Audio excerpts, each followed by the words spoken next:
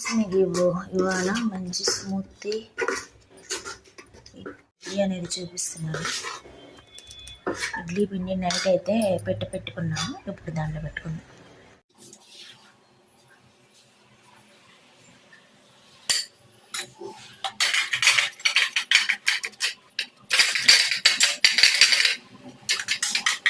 పోసుకొని గ్యాస్ మీద పెట్టేద్దాం. కాగుతా ఉంటాయి. ఈలోపు పిండి పెట్టేసి దాంట్లో పెట్టేద్దాం. ప్లేట్లను 3 ప్లేట్లు పెట్టేసాను. ఇప్పుడు దాంట్లో పెట్టేసుకుందాం ఒక్కొక్కటి.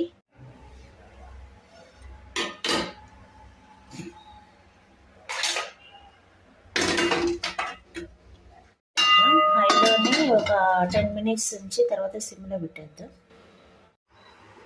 శనగపప్పు చట్నీ ఇది పచ్చిమిరపకాయలు ఫ్రై చేస్తాను.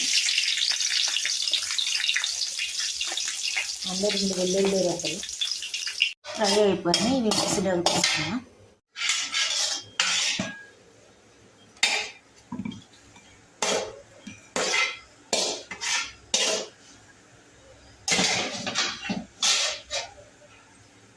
కడాయిలో చూడండి కొంచెం ఆయిల్ ఉంది కదా, ఈ ఆయిల్లో పుట్నాల పప్పు ఫ్రై చేసుకుందాం.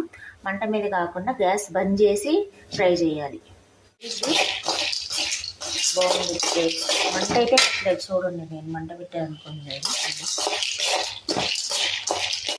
వేసుకుందాం. దీంట్లో కొంచెం చింతపండు కూడా వేసుకుందాం. కొంచెం వాటర్ వేసుకొని ఇంకా మిక్సీ పట్టేద్దాం. కొంచెం సాల్ట్,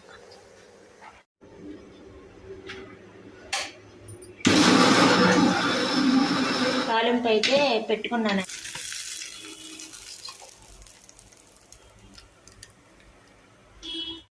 పెళ్ళయింది, అత్తగారింట్లో అడుగు పెట్టాను. అందరిలాగే ఎన్నో ఆశలతోటి మా అత్తతో మంచిగా ఉండాలి, మా మామీతో మంచిగా ఉండాలి, ఫ్యామిలీని మంచిగా చూసుకోవాలి, నా భర్త నా ఫ్యామిలీ అనుకున్నాను. కానీ నేను వాళ్ళని నా ఫ్యామిలీ అనుకున్నాను, కానీ వాళ్ళైతే నన్ను నా కోడలు అనని అనుకోలేదు. అదే ఇక్కడ వచ్చిన ప్రాబ్లం ఏంటంటే, అత్తమ్మని మనం తల్లిగా చూసినప్పుడు అత్తమ్మ కూడా కోడల్ని బిడ్డగా చూడాలి